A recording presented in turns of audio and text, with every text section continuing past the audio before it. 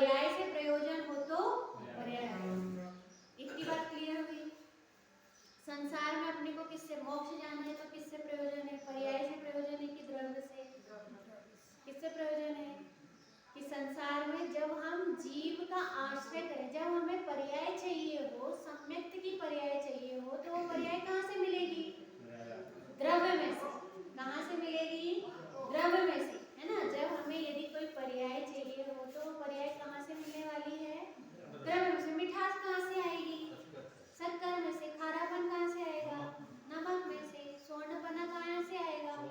सोने में से। हीरा बना कहाँ से आएगा? हीरे से। क्यों आएगा? क्योंकि वो वहाँ की क्या है कि वह पर्याय है। तो आपको चाहिए क्या? यदि आपको सम्यक दर्शन चाहिए, क्या चाहिए? सम्यक दर्शन चाहिए, तो सम्यक दर्शन कहाँ से आएगा? आत्मा में से। सम्यक दर्शन कहाँ से आएगा? आत्मा में से। तो आपका प्रयोजन फिर किसको ढूंढना है? आत्मा को। किसको ढूंढना है? आत्मा को। तो वो प्रयोजन, जैसे हर एक काम किससे किया जाता है? प्रयोजन से किया जाता है। अब जब आप खीर खाने ही बैठ गए और कम मीठी लग रही है, तब क्या बोलेंगे? कि अभी पहले बोलेंगे कि मिठास कम है। दृष्टि किस पर है? मिठास पर। तो वो पर्याय है कि द्रव्य है? पर्याय। क्या है वह? पर्याय। मिठास क्या है? पर्याय। ये बात सही है कि अधिक मिठास के लिए अधिक शक्कर चाहिए, उस पे भी दृष्टि किस पर जाएगी? शक्कर पे जाएगी। ऐसे हमको सम्यक दर्शन हुआ या हमें निराकुलता हुई, तो कितनी निराकुलता हुई? जैसे कम मिठास होगी तो क्या चाहिए? और शक्कर चाहिए। ऐसी कम निराकुलता है तो कौन चाहिए? और आत्मा का अवलंबन चाहिए, और अनुभव चाहिए। और आत्मा का क्या चाहिए? वेदन चाहिए। यदि आत्मा का वेदन करते रहे, आत्मा का अनुभवन करते रहे, तो क्या हुआ कि हमारी दृष्टि तो किसमें है? कि हमारी दृष्टि में तो कौन है कि मिठास कम है, ये दृष्टि है। तो जब हम मिठास का प्रयोजन से देखते हैं तो वो देखेंगे हम पर्यायार्थिक नय से। कौन से नय से देखेंगे? पर्यायार्थिक नय से, है ना। जैसे है ना कि क्या कहें अपन कि कितनी चमक आ गई। सोने में देखते हैं कि कितनी चमक आ गई, तो चमक देखते हैं और कम चमक हो तो फिर क्या करेंगे? वो गलाई वाले होते हैं ना, उजाड़ने वाले, उनके पास देंगे, क्या कहेंगे? इनको और उजाड़ो। क्यों कहेंगे और उजाड़ो? क्योंकि इसमें चमक कम है। तो चमक को देखते हैं तो चमक का प्रयोजन, किसका प्रयोजन हो? चमक का प्रयोजन हो, तो पर्यायार्थिक है। और वह जो चमक है वो किस में विद्यमान है? कि वो सोने में विद्यमान है, चांदी में विद्यमान है। और वो सोने और चांदी में विद्यमान है, और वो कम क्यों हो रही है? क्योंकि उसमें गंदगी भी है, किट्ट कालिमा। क्या है? किट्ट कालिमा। आया समझ में? तो इसलिए इसमें कहा, फिर से पढ़ते हैं, देखिए भगवान अरिहंत परमेश्वर ने दो नए कहे हैं, द्रव्यार्थिक और पर्यायार्थिक। द्रव्य ही 46 मिल गया सबको? 46 में टीका। द्रव्य ही जिसका अर्थ अर्थात प्रयोजन है वह द्रव्यार्थिक, और पर्याय ही जिसका अर्थ अर्थात प्रयोजन है वह पर्याय, है ना। पर्याय अर्थ, पर्याय आर्थिक, ठीक। द्रव्य आर्थिक, तो द्रव्य आर्थिक और पर्याय आर्थिक। आया? देखिए आगे क्या कहा? एक नय का अवलंबन लेता हुआ उपदेश ग्रहण करने योग्य नहीं है। एक नय का अवलंबन लेता हुआ उपदेश ग्रहण करने योग्य नहीं है, किंतु उन दोनों नयों का अवलंबन लेता हुआ उपदेश ग्रहण करने योग्य है। आया समझ में? कितनी अच्छी बात कि एक नय का अवलंबन लेता हुआ उपदेश ग्रहण करने योग्य नहीं। अपन कहें कि हमको मिठास चाहिए, मिठास चाहिए, मिठास चाहिए, और हम रोने लगे या हंसने लगे या फिर मजाक करने लगे या फिर सोने का चम्मच लेके आ जाए, तो कह रहे हैं कि क्या है? मिठास नहीं आएगी। क्योंकि मिठास के लिए क्या चाहिए? शक्कर चाहिए। चमक चाहिए, चमक चाहिए, चमक चाहिए, और खूब सारे पैसे के ढेर में रख के कहें हे चांदी तू चमक जा, तो चमक जाएगी क्या? क्यों नहीं चमकेगी? क्योंकि चमक किस में है? कि चमक चांदी के आश्रय से आती है, और किससे आती है? गंदगी को दूर करने से आती है, मैल को छांटने से आती है। और मैल कैसे छटता है? जितना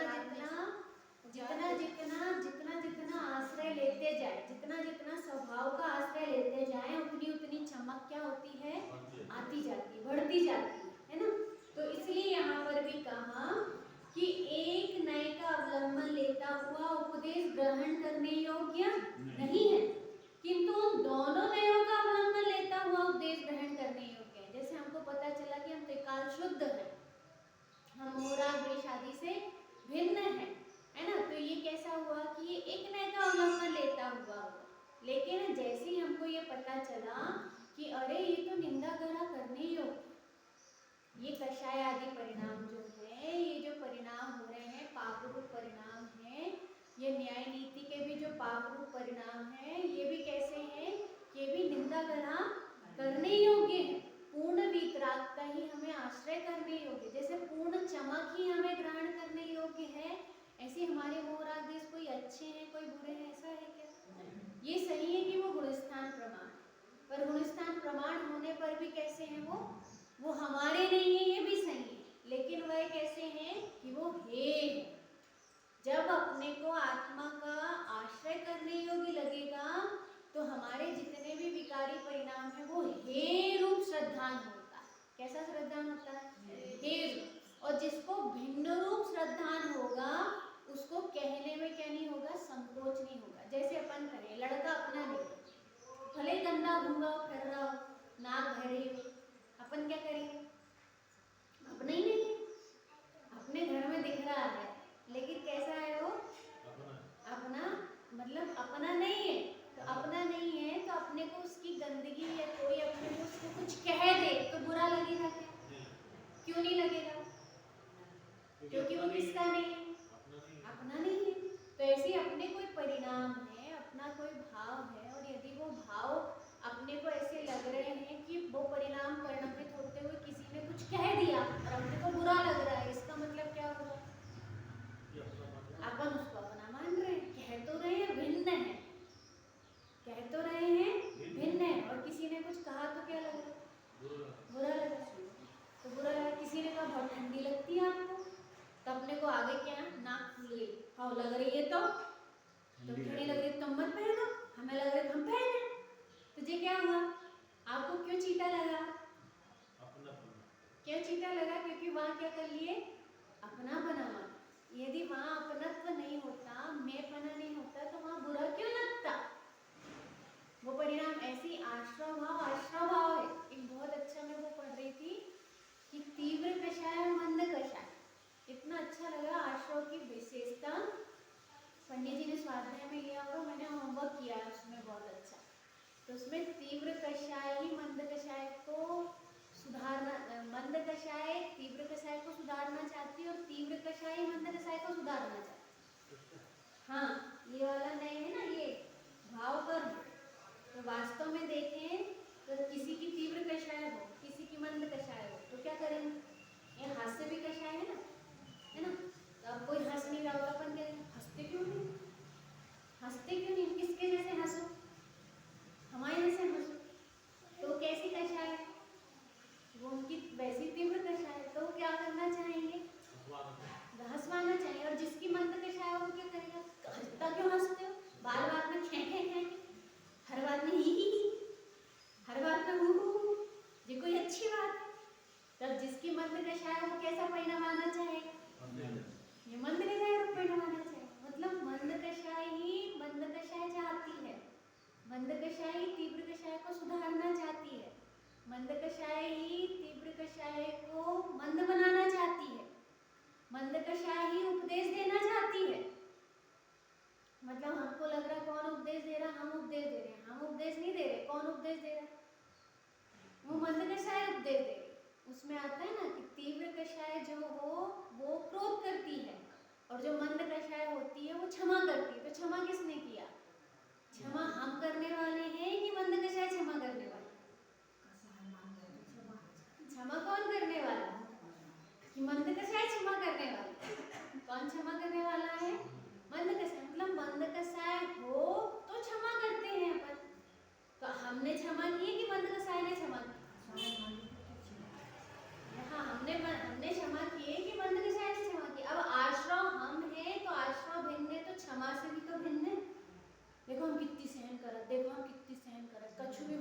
भी सहन कर रहे, तो आप सहन कर रहे कि मंद कषाय आश्रव सहन कर रहा? जो वो मंद कषाय रूप आश्रव है वो सहन करता है। कौन सहन करता है? मंद कषाय। तो ये कहना है कि वो पर्यायार्थिक नय से देखने योग्य प्रयोजनभूत है। हम उस मंद कषाय को नहीं देखते और मंद कषाय से भिन्न उस आत्म स्वभाव को नहीं देखते। तीव्र कषाय से भिन्न तो देख लेते, पर मंद कषाय से भिन्न नहीं देखते। मंद कषाय में क्या हुआ है? मोटापना, बड़ापना। और तीव्र कषाय में कैसा लगता है? हीनपना। और इतना गुस्सा क्यों आता है? तो जिसको तीव्र कषाय भिन्न लगेगी उसको मंद कषाय भी भिन्न लगेगी। वो कौन है दोनों? वो पर्याय है, वो आश्रव है। और पर्याय भी कैसी पर्याय? विकारी पर्याय। कैसी पर्याय है? विकारी पर्याय। कहते ना हम उनके साथ इतना अच्छा व्यवहार कर रहे, इतना अच्छा व्यवहार कर रहे, इतना अच्छा व्यवहार कर रहे, फिर भी वो क्या नहीं कर रहे? फिर भी उनको हमारी क्या नहीं है? हमारी कोई बोल नहीं है, उनको हमारी कोई अहमियत नहीं है, हमारा कोई श्रेय नहीं है। तो क्यों रहेगा किसी को श्रेय? क्यों? कारण क्या है? कारण क्या है? क्योंकि हमको मंद कषाय में अपनत्व है। अब वो मंद कषाय में अपनत्व है तो वो आश्रव में अपनत्व है। वो आश्रव में अपनत्व होने के कारण हमको क्या होता है कि वो आश्रव हमें कैसा लगता है कि वो आश्रव में अहमपना। किसमें अहमपना है? आश्रव में अहमपना। इसलिए तो यहाँ कह रहे हैं कि पर्याय मात्र को पूर्व कथित पर्याय भी व्यतिरिक्त है और किसी पर्यायार्थिक नय से वही पर्याय से संयुक्त है। हम किसको देखते रहते हैं? हम पर्याय को ही अपना देखते हैं। अब कोई पर्याय की प्रशंसा करे तो क्यों अहंकार आए? जिसने पर्याय को भिन्न देख लिया हो, आश्रव तत्व अलग है या नहीं? जीव तत्व अलग है या नहीं? जब अपन कारण शुद्ध जीव देख रहे हैं, कारण शुद्ध पर्याय देख रहे हैं, तो कारण शुद्ध जीव और कारण शुद्ध पर्याय तो हम त्रिकाल से हैं। तो ऐसा कारण शुद्ध जीव देखने वाला जो होगा और जिसको प्रयोजन किसका है कि जिसको कारण शुद्ध जीव का प्रयोजन होगा उसको कभी भी कषायों में अहमपना नहीं होगा। किसमें अहमपना नहीं होगा? कषाय है ना। अपनी मंद कषाय होती है, अपन किसी से सीख लेते हैं, और किसी की तीव्र कषाय हो तो वो नहीं सीख पाता, तो अपने को क्या लगता है? बहुत तीव्र कषाय है। या अपनी तीव्र कषाय आ जाए उसी टाइम तो अपने को क्या लगने लगता है? पर है तो आश्रव है। क्या हुआ है? आश्रव। अच्छा, तेज बुखार अच्छा होता है कि मंद बुखार अच्छा होता है? तेज बुखार अच्छा है कि मंद बुखार अच्छा है? दोनों ही। अच्छा, तेज बुखार अपना है कि मंद बुखार शरीर का है? दोनों विकार है।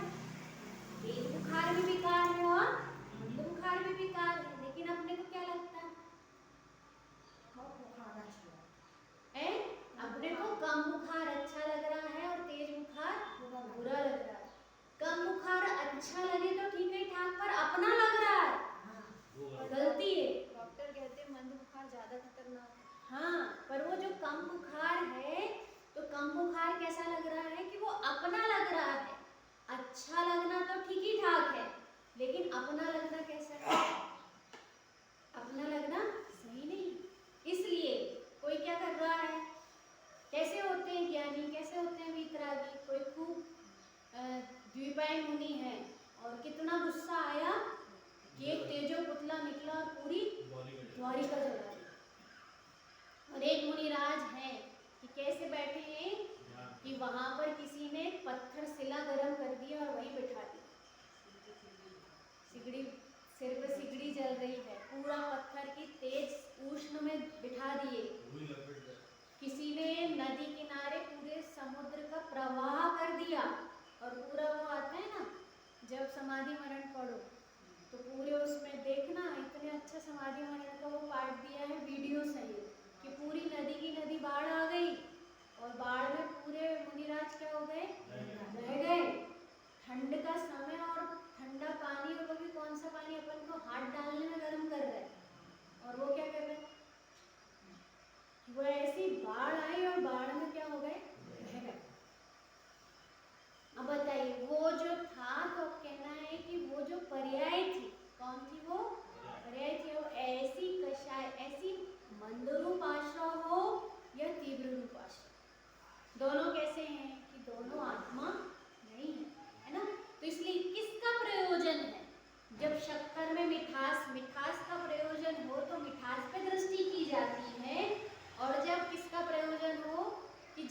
आपको चमकीली चीज चाहिए, है ना, जब आपको और उजरा हुआ चमचमाता कपड़ा चाहिए तो आपकी नजर किस पे होगी? पर्याय पर। किस पर होगी? पर्याय पर। और जब पहनने की बात होगी तो गंदा कपड़ा भी होगा तो क्या होगा? पहन लेंगे। थोड़ा गंदा है तो भी क्या करेंगे? पहन लेंगे। क्यों पहन लिए? नल नहीं आ रहे पानी में, है ना। तो इसलिए कहना है कि वास्तव में देखें तो नजर किस पे है? कपड़े पर। नजर किस पे है? कपड़े पर। समझ में आया?